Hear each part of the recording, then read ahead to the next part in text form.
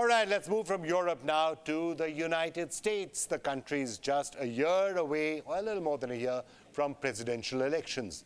Who's running? Well, we know for a fact that the US President Joe Biden is. He's seeking a second term.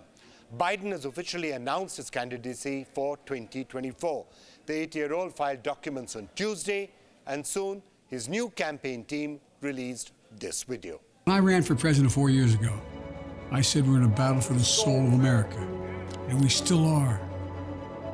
The question we're facing is whether in the years ahead we have more freedom or less freedom, more rights or fewer.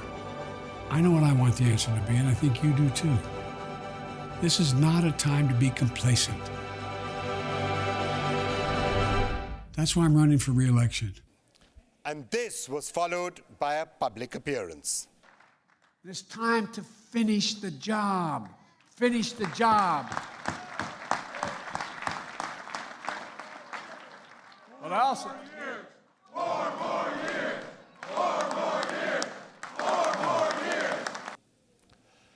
And no prizes for guessing which leader was among the first to react. Yes, Donald Trump, former president and Biden's predecessor. You could take the 5 worst presidents in American history and put them together, and they would not have done the damage Joe Biden has done to our nation in just a few short years. Not even close. So are you surprised? It's Biden versus Trump once again, or at least that's what it looks like as of now. The Republicans have not yet officially named their presidential candidate, and we don't know who's going to get the party ticket. We do know that former U.S. ambassador to the UN, Nikki Haley, is in the running for the Republican nomination. So is Indian origin Vivek Ramaswamy, 72-year-old Asa Hutchinson. Florida Governor Ron DeSantis, too, is expected to announce his run. But like I was saying, as things stand right now,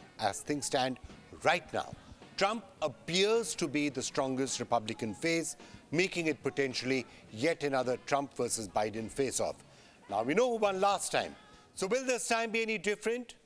What Biden has gained in the last 2+ years is a stint at the White House and a track record that you could debate about a little bit. Now, his campaign talks about finishing the job. But so far, has Biden done a great job as president or not? Well, that depends on whom you ask. Some may point at the hasty pullout of Afghanistan. Seems to have been a bit of a disaster. Or the failure to prevent a war in Europe. Or the inflation at home. But the others who would celebrate Biden for record job growth, the kind which has not been seen since 1960s, or returning the United States to the Paris Climate Accord. What about Trump? What is he campaigning on? Make America Great Again. That slogan has been Trump's favorite since his 2016 presidential campaign. But the Capitol riots that Trump in so many ways instigated following his loss in the last elections urged many to ask whether Trump really had America's best interest in mind, whether he really is in the race to make America great again. As for Biden, the age factor looms large. He would be 86 by the end of his second term. That is, of course, if he manages to secure it. Also, Biden's approval rating is just 39%. Trump, by the way, is not going to be a spring chicken either by the time he finishes. He's younger than Biden, but not by all that much. So as you can see, Americans aren't exactly spoiled for choice at this point. It all comes down to the question, who is likely to win a Trump versus Biden battle? And to figure out what exactly is going to happen next, it's a great pleasure to be joined by Kimberly Leonard. She's a policy and politics correspondent with Insider. Kimberly, thanks so much. You're there in Florida just to join us. So I'm sure Ron DeSantis is keeping a very close eye on all of this. What's it looking like to you? Is it going to be Trump versus Biden, or is someone else going to step in?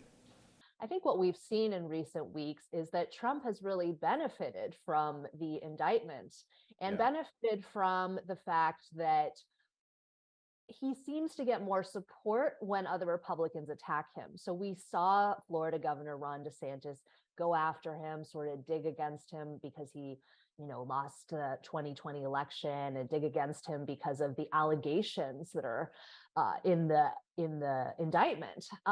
But Trump then saw soaring in the polls, and then we saw DeSantis losing in the polls. So there's sort of this contrast that happens that every Republican seems to struggle with, which is how do you take down Trump? Because it seems like the more he's under attack, the more support he gets. But let's just look at both the camps. On the Republican side, it's still not a done deal for Trump by any stretch of the imagination. Ron DeSantis has been faring reasonably well. Jury is still out as to who's going to get the candidacy.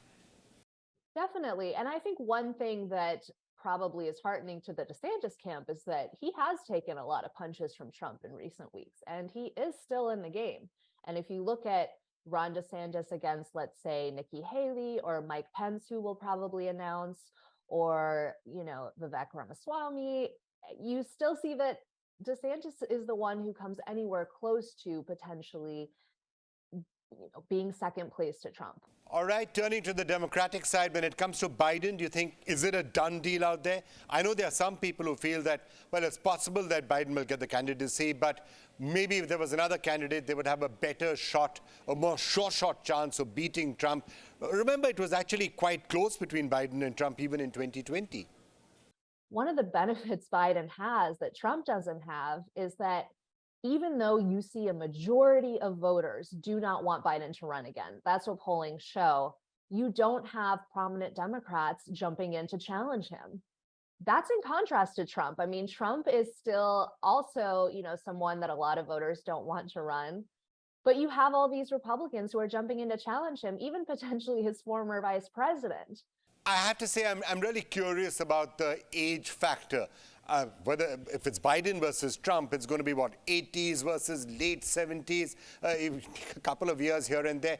Now, if you compare that, for example, to the age that Clinton was when he became the president, or Obama was when he became the president, or even George Bush, these are relatively, really old candidates. So what's happening? Is the era of ancient Americans running the country back, or are we going to see young candidates out there at some point? Oh, well, it's definitely a factor that voters are thinking about. We see that in polling. It's one of the biggest factors that people say Biden shouldn't run again. And I hear a lot of questions from voters, even Democratic ones, about, whether Biden is up to the job. And when he ran in 2020, he benefited from the COVID pandemic because he was able to run a virtual campaign. And what was interesting was that if you were there during the primary, which I was kind of following him around, a lot of reporters were questioning whether he could, become the nominee. They really thought it was a done deal that he could not, because, he would be extremely late to campaign events. He would stumble through questions. There would be small groups of people. His age was showing. Kimberly Leonard, we're going to keep coming back to you for this really fascinating story that's going to build an America all the way through till the 2024 elections. Thanks for being with us.